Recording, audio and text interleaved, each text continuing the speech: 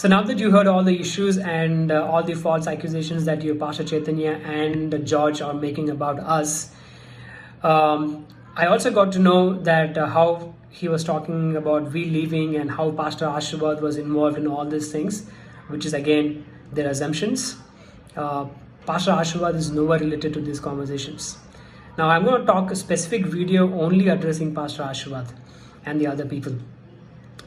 Now, when we got to know, or when we heard this, Pastor Vijaykanth has come down to sort all these issues, and we spoke our heart out to Pastor Vijaykanth and a couple of other leadership team members were involved in the discussion, and we had a reconciliation meeting with Pastor Chaitanya and Janet before Palm Sunday. And what we decided, the outcome of the reconciliation was that a lot of rumors are spread in the church. People have their own perceptions. The only way to avoid these rumors or negativeness is that Selvin, you and you as a family and pastor as a family should be together. Let people see that you are together and whatever you're doing is together. Eventually, the negativeness and the lies will just wiped away. And we agreed for it, and we prayed about it, and we even hugged each other. Janet was not willing to hug my wife. She had a long face, which we were okay because we know that that's how she is. It will take time for her to, gel along with people. But what they have done after the reconciliation was not right, church. They were not giving faces to us in the church. They had a fake smile, and to a point that Janet was not even willing to say hi or smile back at my daughter. What if the little one do that? You have to treat her like that. That's the humiliation that we went through. When we go for a plug-in, she was not facing us. In the church, we say hi to her, and she has a sarcastic face, not pleasing face. Even the same with your Pastor Chaitanya. And I was disturbed, and I got to know that they were also spreading negativity about us till we get to hear. Just because Pastor Vijaykanth told us that, be together, we were quiet.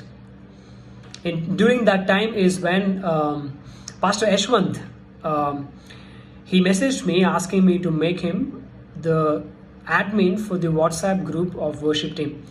Now I asked him, why do you want to be the admin for the worship team group? And he says, make me first, then I will tell you. I told him, you tell me first, then I will make you. Now he says he wants to add, there are people who are interested who wanted to be part of the worship team. And I told him, who are these people and why do you want to add them? And he says, there are a lot of people interested in a lot of areas of the church. We really wanted to add them. And I said, there is a protocol in place in the church, which is in place for a long time. And if someone wants to be a part of that particular team, they have to go either talk to the team head or talk to the pastors, and they eventually route them to the respective team heads. Now for the worship team, I am the team lead or the worship head for the worship team. And for worship team, most of you might know that if somebody wants to be a part of the worship team, we take auditions, church. And most of you might have seen we taking auditions in the church, and most of you have also given auditions in the church. And we take the auditions, we see how skillful they are and what is their level of playing in music, what is the level of singing, and how we can help them better. And based on that, we add them to the worship team group, and most of the worship team members will agree to it, and most of the worship team members have gone through the process. Now when Pastor Yashwant messaged me that, I asked him, who are these people? He said he didn't have an answer for that. And he mentioned one particular person's name, that he was helping them in Telugu service, and he plays also the bass guitar. And he plays bass guitar and he wants to be a part of the worship team. And I told him, this person never came to me and asked me that he wanted to play bass guitar.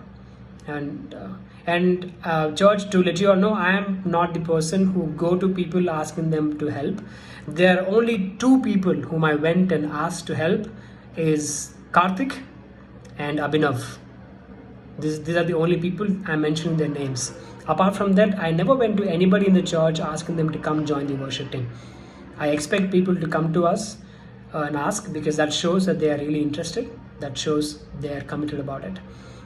Now, Pastor Yashwant says this particular person always is also helping in Telugu service. I said Telugu service is different and English service is different.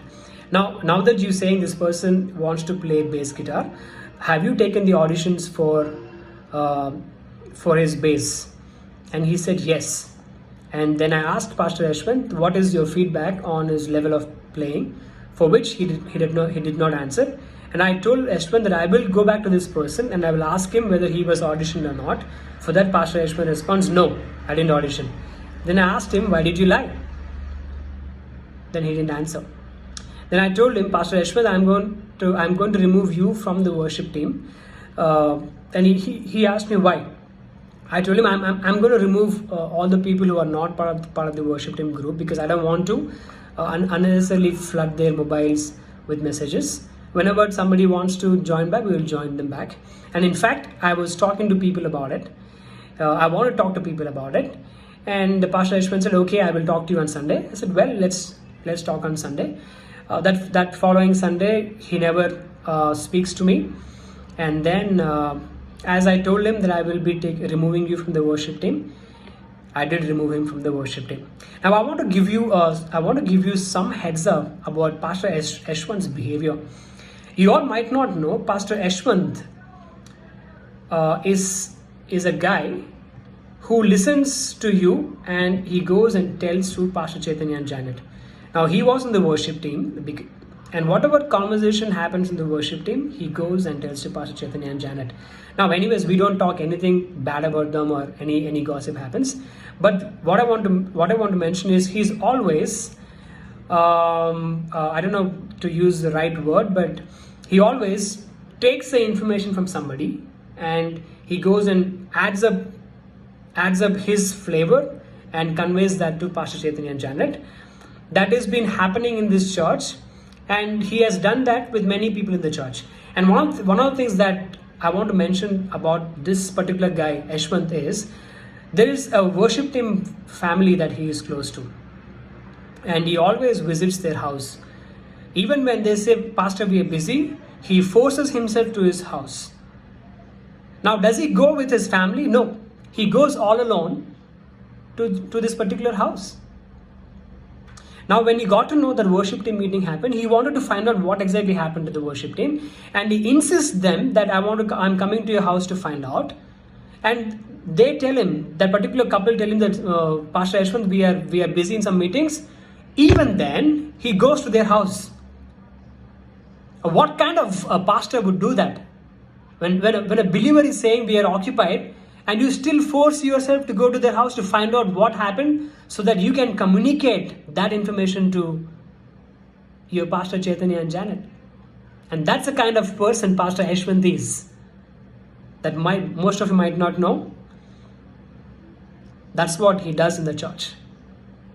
Now when I removed him from the worship team, I don't know what he went and told Pastor Chaitanya and Janet. That is when Pastor Chaitanya and Janet they sent an email to the leadership team stating we are going to make some changes in the church that's going to be effective immediately, and the timeline they gave is 24 hours. Now this is the same strategy that they used for other leaders in the church, which I will talk about in the next video. Now that week, as usual, I scheduled the worship team for the following Sunday, and in fact I messaged your pastor in our leadership team group that whatever email that you've sent, we need at least a couple of more days to go through the email and the documents, because 24 hours is not enough to go through the documents, and to implement changes is not wise to implement some change in 24 hours. Change takes time. Change will always take time. You cannot implement a change in 24 hours. But exactly after 24 hours, they wanted to decentralize the teams. What they do?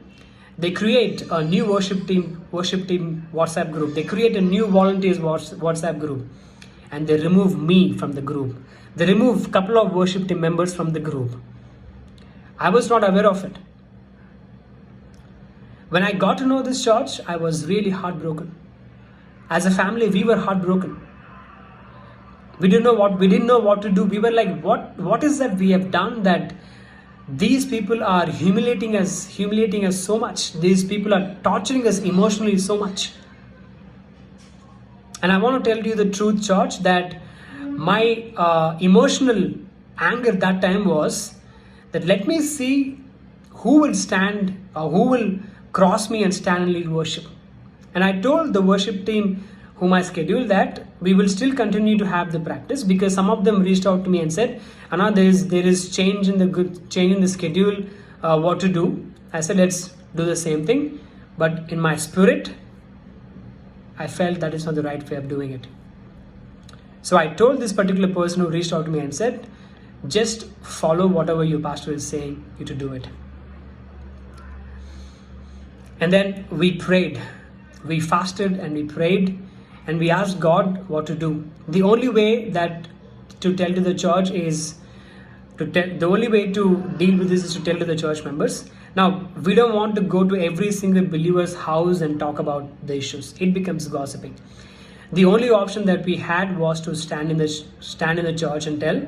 Now that option is also taken off because I am no more a part of the worship team. Now, is it how a leader treats a leader? Is it how a pastor treats a leadership member of the church? They wanted to remove us from the church. In the previous leaders, they can just tell them lead the church. In my case, they cannot, because the only way they can do is to humiliate us so that we will quietly walk away from this church. We prayed, and as I mentioned in the video, as the Lord spoke to us through Jeremiah, God asked us clearly to stand in the church and speak to the church. And as the Lord said, we stood up in the church on Palm Sunday and we spoke to the church about what exactly happened, but we never mentioned the issues in that talk that we had on Sunday morning. What happened after the meeting? What exactly your pastor spoke in the meeting? What kind of accusations he made on us? You will get to see it in the next video.